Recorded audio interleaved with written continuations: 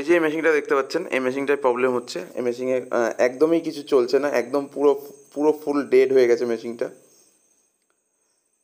এই দেখুন, আমি প্রথমে উপরের কভারটা খুলে উপরের ডোরটা খুলে দেখে নিচ্ছি। এই দেখুন, এখানে কোনো বরফ নেই, একদম গরম হয়ে গেছে সব কিছু। ফ্যান মোটর চলছে না। আর নিচের ডোরটা খুলে দেখছি, নিচে কোনো রকম আলোও নেই। মেশিনটা পুরোপুরি ফুল ডেড হয়ে গেছে। মেশিনে উপরেও না কম্প্রেসার চলছে, না ফ্যান মোটর চলছে, না লাইট জ্বলছে। এই দেখুন, আমি হাত দিয়ে চেক করে নিচ্ছি যে ঠান্ডা আদৌ আছে বা কম্প্রেসার চলছে কি চলছে না, সেগুলো আমি হাত দিয়ে বুঝে নিচ্ছি বা ফিল করে নিচ্ছি। আর এই যে দেখুন, মেশিনটা একদম লাইন দেওয়া রয়েছে মেশিনে। এই দেখুন, সুইচ বোর্ডের সাথে একদম লাইন দেওয়া রয়েছে মেশিনে। এই দেখুন, আমি প্রথমে এই যে এই টিনের কভারটা খুলে নিচ্ছি। খোলার পর তারপরে আমি মেশিনটা চেক করে নেবো যে কোথায় কী প্রবলেম হয়েছে। ফার্স্টেই আগে ফিউজটা চেক করে নেবো, কারণ ফুল ডেড মেশিনে ফার্স্টেই একটা ফিউজ আছে, ওখানে ফিউজটা আগে চেক করে নিতে হয়। এই দেখুন, ফিউজটা খুলে দেখছি, ফিউজটা একদম বার্ন হয়ে গেছে বা কালো পড়ে গেছে। এই দেখুন, আমি ফিউজটা দেখিয়ে দিচ্ছি। এই দেখুন, ভিতরে এটা হলো গ্লাস ফিউজ। গ্লাস ফিউজের ভিতরে দেখতে পাচ্ছেন একদম কালো হয়ে গেছে। এতেই বোঝা যাচ্ছে যে ফিউজটা একদম ফিউজ কেটে গেছে। এই যে দেখুন, আমি কন্টিনিউটি দিয়ে তবু আপনাদের চেক করে দিচ্ছি।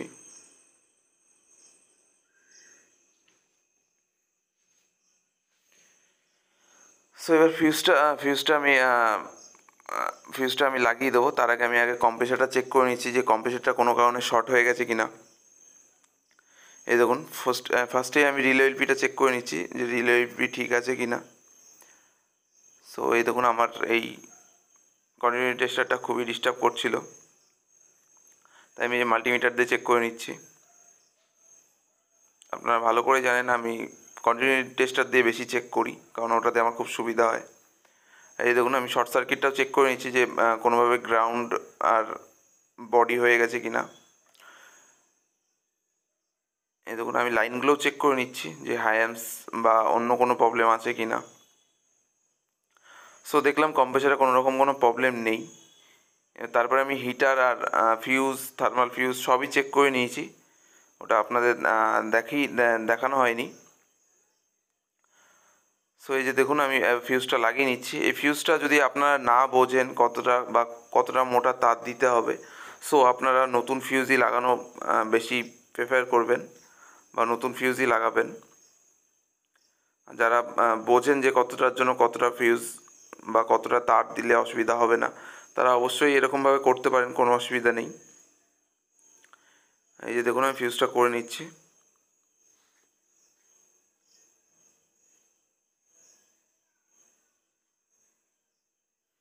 এবং ফিউজটা আমার লাগানো কমপ্লিট। এবার আমি কভারের মধ্যে ঢুকিয়ে দিলাম ফিউজটা।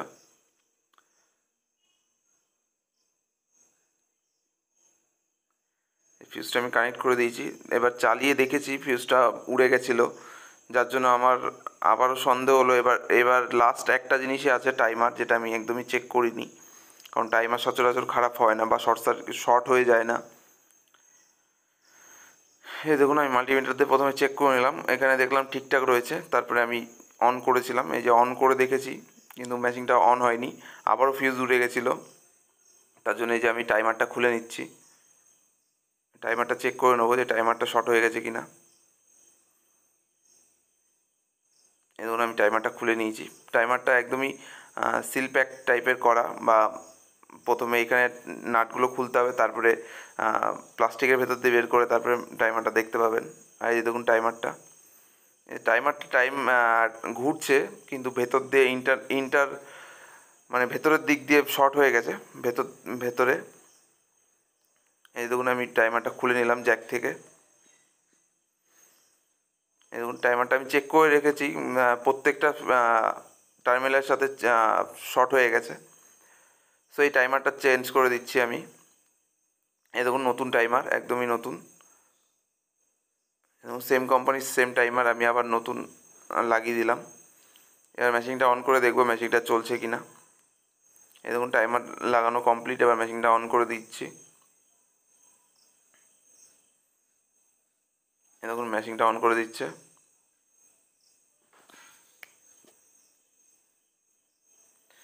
এই দেখুন মেশিনটা চলা শুরু করেছে। আমার এই মিটারটাও প্রবলেম হচ্ছে হয়তো। প্রথমে ভেবেছিলাম কিন্তু না, আমি ভুল তারে অ্যাকচুয়ালি মিটারটা দিয়ে দিয়েছিলাম। আমি দেখিয়ে দিচ্ছি, এই দেখুন আমি দেখিয়ে দিচ্ছি। এই যে এই তারে না দিয়ে আমি অন্য একটা তারে দিয়েছিলাম, সেটা যার জন্য এই অ্যাম্পিয়ার শো করছিল না। এই দেখুন অ্যাম্পিয়ার শো করছে, তার মানে কম্প্রেসার চলছে, ভেতরে লাইটও জ্বলছে, ফ্যান মোটরও ঘুরছে, সেগুলোও আপনাদের দেখিয়ে দিচ্ছি। এই যে আমি এখানে গরম হচ্ছে সেটাও আমি দেখে নিলাম। মেশিনটা একদম রেডি হয়ে গেছে।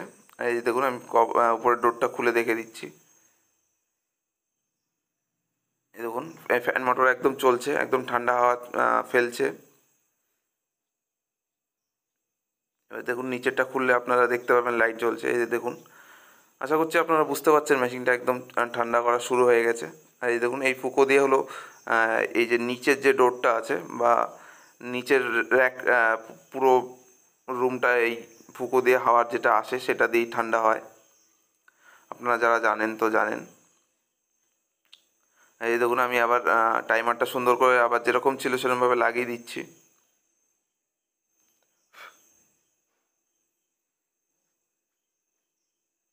এই দেখুন প্লাস্টিকের উপর দিয়ে আমার নাটগুলো খুঁজে বা যেখানে আমি নাটগুলো টাইট করবো সেটা খুঁজতে একটু টাইম লেগে যাচ্ছিলো। এই ধরুন প্রথমবারটা আমার মিস গেছে, নেক্সট বারটা একদম ঠিক হয়ে গেছে। এই দেখুন আমার টাইমারটা লাগানো কমপ্লিট। এবার আমি পুরো টাইমারটা সেটিং করে দেবো।